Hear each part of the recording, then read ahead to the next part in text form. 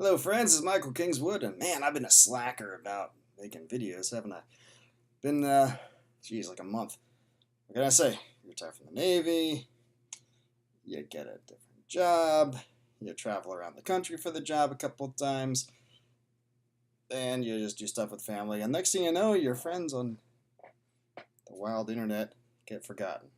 Sorry, now I'm being like the guy who, back in the day, who got the girlfriend, and next thing you know, you never see him again. Well, sorry. But anyway, I'm back. I got my Kona longboard logger. And look at this. I have recently been putting all my short stories into print. Little bitty print books, chapbooks, that I had meant to do for a long time. It was such a pain in the butt formatting them for print, to be honest with you. Until this program that I love called Vellum put out version 2.0 of itself, which makes print formatting a snap. Boom. Literally, you know, like maybe 2 minutes more work than it took you to write the thing and get it ready to go in the ebook version, and you can get a print book. So, anyway, this is the first short story I ever wrote, right here, in print format, which is cool. I had previously given this to my Patreon people as an ebook, and of course everybody can get it from the various stores. But I figured I'd read it to you guys and see what you guys think. Here's the description. It's called How Not to Rescue a Damsel in Distress. Bandits stabbed Larian's father and kidnapped his girl. Confident in his freshly learned swordsmanship, Larian set out to track them down, avenge his father, and rescue his first damsel in distress. Things did not exactly go as planned. There we go. Ready? Here we go. Larian awoke to find himself dangling by his wrists from a ring in the ceiling. He could just barely touch the floor with his tiptoes. Not quite enough to relieve the pressure on his wrist, though. The rope that bound them was rough. Already he could tell his wrists were rubbed raw. Things had most certainly not gone according to plan. Freshly graduated from the Martial Academy in Tel Saralan, he returned home on leave to see his friends and family, and his girl, one last time before heading off to the front. There was a war on, sure, but the general staff was reasonable about those sorts of things. Some argued it was foolish to allow recruits to leave so soon. The Martavan would never do such a thing. But, then, isn't that why they were fighting in the first place? Larian was excited to get out to the war, but he was still glad for the chance to say goodbye. To say he was disappointed and angered when he arrived home to find his father barely holding on to life from a sword cut and his girl kidnapped by brigands would be a vast understatement. When he learned the details of what happened, he strapped on his armor, belted on his sword, and set out after the brigands. Several of his friends tried to talk him out of it. The brigands were too strong. He was going to get himself killed. Rosalind would be dead or sold to flesh peddlers by the time he caught up with them. But he would hear none of it. He was a trained soldier, the best swordsman in his recruit class, and these rabble would feel his wrath, by God.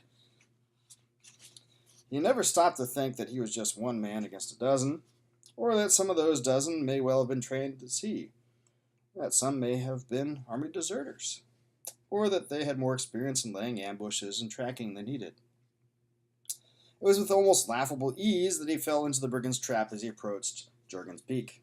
One moment he was following the faint trail they're passing, and the next he felt a hard tug on his ankle and found himself hoisted up into the air, taken by a simple lasso booby trap.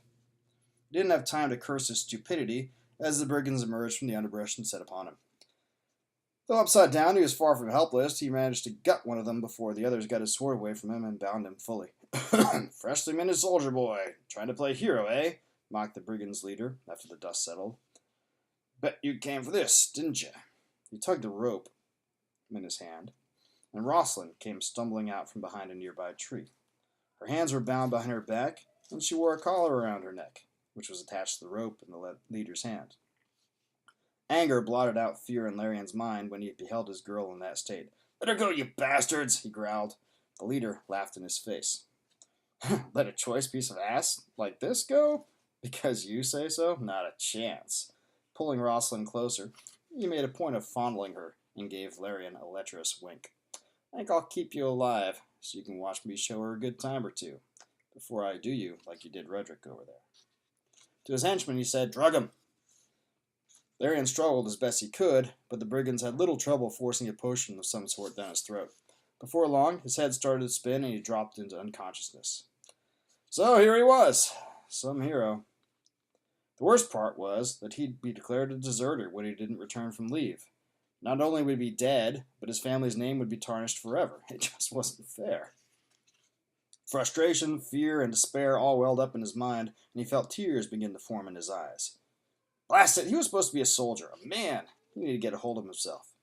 There are plenty of stories about fellows getting out of worse traps than this. He looked around the room, trying to find some way to free himself. In reality, a room was probably a misnomer. He was in a small hollow of rock, maybe 5 feet across and 5 deep, with an opening leading to a larger rock chamber in front of him. It appeared he was in a cave complex. He didn't see any guards, but there was a flickering light to the left, and he heard a couple of voices engaged in conversation. More light came from overhead as well. Looking up, Larian could see a narrow shaft that allowed sunlight into the chamber. If he could just get to that shaft somehow, it looked like an easy climb. The voices became louder, and a moment later, 2 rough-looking men stepped into view. Both wore thick leather armor and had broad-bladed swords on their hips. Numerous scars crisscrossed the older man's face. The younger was actually fairly well groomed, with strong features that Larian supposed a lady might find appealing. Seeing him alive, the older man emitted a nasty little giggle and nudged his comrade with his elbow. "Oh, good. Keep an eye on him. I'll let Willis know he's ready for the first session." With that, Scarface turned and hurried off. The younger brigand frowned slightly. "Better for you if you're not awakened, friend. For what it's worth, sorry for what's about to happen. Robbing a man or killing him in a fair fight is one thing, but this..." He shook his head slowly. "Not my thing." Was the brigand actually looking at him with pity? "Well, you could just let me go if it bothers you so much. You could say I managed to wiggle free and got the better of you." The brigand looked at him like he was nuts. "I'm not that sorry. It's my ass if..." Ah! Larian was amazed to see the tip of a sword emerge from the front of the brigand's chest. The brigand choked and spluttered for a moment, clutching in vain at the blade. Then his knees buckled, and he slid off the blade into the floor, dead. Rosalind stood behind him. Larian's now bloody blade in her hands, and a fierce light in her eyes. "Rosalind, how did..." She raised a finger to her lips, and he shut up. Moving quickly, she ducked out of sight, then returned a moment later with a stool which is set on the ground in front of Larian. Setting his sword down and pulling a knife from behind her belt, she stood up on the stool and set to work, cutting the rope. As she cut, she spoke, her voice barely above a whisper. "The guy they had guarding me kept ogling, so I convinced him I would let him, well, you know." She flushed red in her cheeks, but her lovely face remained determined and focused. "He kissed me, and I unbuckled his belt and pulled down his pants. Of course, he didn't think of anything but what he wanted, so he didn't notice I had a knife until I yelled at him." Larian felt a sympathetic pain in his gut. True, these brigands were scum, but still, that was harsh. "Wait a minute. What do you mean you kissed him?" Rosalind gave him a level look. "Focus, Larian. Do you want to get out of here or not?" "Yes, definitely." "Then shut up. I've almost got it." She began sawing at the rope more briskly, and Larian could feel the knot begin to loosen. Hope, so close to gone a moment before, surged within him. They were going to get out of this after all. Then he heard voices, several of them, and getting closer. "Hurry, Ross, they're coming." "Ow!" The last strand of the rope parted beneath Rosalind's knife, but before she could stop her cut, the knife also bit deeply into the flesh of Larian's right hand. The sudden release of the rope came as much a surprise as the cut in his hand, and he dropped to his knees before he was able to catch himself. He bumped Rosalind as he fell, and she tumbled to the floor also. They had barely begun to extricate themselves when 3 brigands rounded the corner, the leader in front. "Here, what's this, then?" The leader took in the situation at a glance, his scowl deepening when he saw his fallen man. "You'll be in a long time in the dying, the both of you." Over his shoulder, he barked, "Colin! Gill!" The 2 fellows with him, one of them, Larian's old friend Scarface, drew steel and moved forward. Larian moved frantically to his feet, grabbing up the sword from where Rosalind dropped it. His right hand was covered in blood, but he had no time to wipe it off or stem the flow before the brigands were on him. He parried a cut from the first brigand and nearly lost his grip during his riposte when the blade twisted in his grip. As a result, the flat of the blade struck the brigand on his cheek, so what would have been a killing blow merely sent the fellow reeling into his comrade. In the brief respite that followed, Larian wiped his hands on his shirt and took a firmer grip, readying himself for a second pass. But it turned out to be unnecessary. Rosalind leaped onto the brigands while they were still tangled together, her knife darting to take the first in the throat and the second in the chest. Both looked unbelieving as they fell, stricken by a petite female. The brigand leader was stunned as well. Eyes wide, he looked from the two dead men to Rosalind and then back for a moment. Then he laughed, a throaty guffaw that echoed through the cave chamber. The kitten has claws. I'm going to enjoy this. He moved so quickly, drawing and attacking in one fluid motion that Larian didn't realize the brigand leader's sword was out of its scabbard until it was almost to his throat. Only a desperate parry and a leap backward saved his life, but his back slammed into the cave wall and he lost his breath for a moment. The leader advanced, sensing Larian's disorientation, but again Rosalind saved him. She came at the leader from the side, her knife stabbing at his kidney. He didn't even look away from Larian as he moved his left hand from the grip of his sword and grabbed Rosalind's knife hand in mid-stab. She blinked in surprise, then squealed in pain when the leader turned his hand over and pressed up, putting her into a wrist lock that forced her up onto her toes. Excuse me. Larian heard the clink of her knife hitting the stone floor as he pushed himself off the wall. He attacked, a low cut that stopped midway and became a rising thrust toward the leader's sternum, but he was unsuccessful again. The leader executed some kind of spiraling parry that Larian had never seen before, and somehow he found himself stumbling backwards, seeing stars as the pommel of the leader's sword struck him in the back of his head. Stumbling forward, seeing stars. Man, that's why I don't read these things for a living. Larian hit the deck hard, losing his breath for a second time. He expected the killing blow to fall, but it never came. He heard scuffling above him, then a gurgling groan and a heavy thud next to him. He turned his head and found himself looking into the brigand leader's wide, dead eyes. Forcing himself to his knees, he saw a knife buried hilt deep into the leader's solar plexus. Disbelieving, he looked up at Rosalind. She was breathing heavily, but appeared unharmed. How? She shrugged. He lost focus. I had another knife. Good job distracting him, Larian. Rosalind took his hand and helped him to his feet. You okay? I will be in a minute. Rubbing the back of his head, he breathed deeply for several moments. Then a thought hit him. You didn't see my armor anywhere, did you? It's Army issue, and I'll have to pay to replace it. Rosalind nodded. It's around the corner with the rest of your stuff. That's where I found your sword. Well, that's a relief. They stepped around the corner and retrieved Larian's armor. It took several moments to don it, even with Rosalind's help. Every time part of the armor clanked, Larian thought sure the remaining brigands must have heard and would be coming running.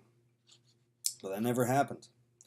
Although, as he thought about it, Larian realized if they hadn't heard all the fighting, they wouldn't hear this comparatively soft noise. Still, where were they all? You look very handsome in your armor, Larian, Rosalind said, as she tugged one of his chest straps tight. What? Oh, thanks. It feels good to wear, actually. Once it's all on, I almost don't feel the weight. It's balanced so well. He gave her a quick grin, then looked away down the cave toward the next chamber. What are you looking for? By my count, there should be 6 more of these guys somewhere. They could come at any minute. Oh, Rosalind stood, having finished tightening the straps, and looked away, biting her lip almost shyly. What's wrong? Well, see, they kept me in a storeroom behind their sleeping quarters. After I did for my guard, I came out and found 4 of them asleep. She made a cutting gesture across her throat with her hand. Then there was another one in the hall I managed to catch from behind. I think I heard they were sending one guy to town for supplies. Larian's jaw dropped. For a long moment, he was completely speechless. Then he started laughing uproariously. Rosalind frowned slightly and rested her hands on her hips. What's so funny? He raised his hand in a placating gesture. It's just, well, I came to rescue you. And it appears I was completely unnecessary. Her frown changing to a gentle smile, Rosalind stepped forward and embraced him. Larian, I love that you came to my rescue. But after they captured you, he opened his mouth to speak, and she laid a finger on his lips, silencing him. I've been saving myself for you. There's no way I was going to allow those beasts to have my maidenhood. Better to die fighting. You taught me that. Larian blinked, then smiled sheepishly and gave her a long, lingering kiss. Eventually they parted, and he quipped, That's my girl. Let's get out of here. It took the best part of a day to get back home. They arrived just after dark, to the amazed delight of their neighbors, friends, and family. That night, the town threw an impromptu party that turned into a full-on celebration where the citizens learned of the brigand's fate. Later, after the party died down, Rosalind taught him another part of what it means to be a man. Next day, Larian's father awoke for the first time since the raid. The village healers were amazed, calling it a miracle. Larian had 3 days before he had to depart to make it back in time before his leave expired. Those days passed quickly, but they were among the best he could recall in his entire life. All the same, when he left town, he reflected on his adventure and decided that when he got back to his platoon, he was not going to speak a word of it to anyone. Ever. And you can imagine why, right? I mean, it's a little bit embarrassing. You got to save the girl saves you instead. I mean, what's a guy going to do, right? Now, like I said, I think this was the first short story I ever wrote. And as before, with the other early ones I've written, I think it holds up okay. Obviously, it's rough, and I could do much better now. Of course, I wrote this, 6 years ago. And obviously, I took a little bit of license with reality, right? I mean, those first couple of Riggins wearing leather armor is a girl gonna be able to stab a guy all the way clean through his chest with thick leather armor on. No, most guys couldn't do that, and most girls. But still, it's fun, right? So, what are you gonna do? I thought it was kind of a amusing twist on a tale, and so that's it. I'm holding off the kids while I finish up with you here. Oh no, they're invading, Vasily is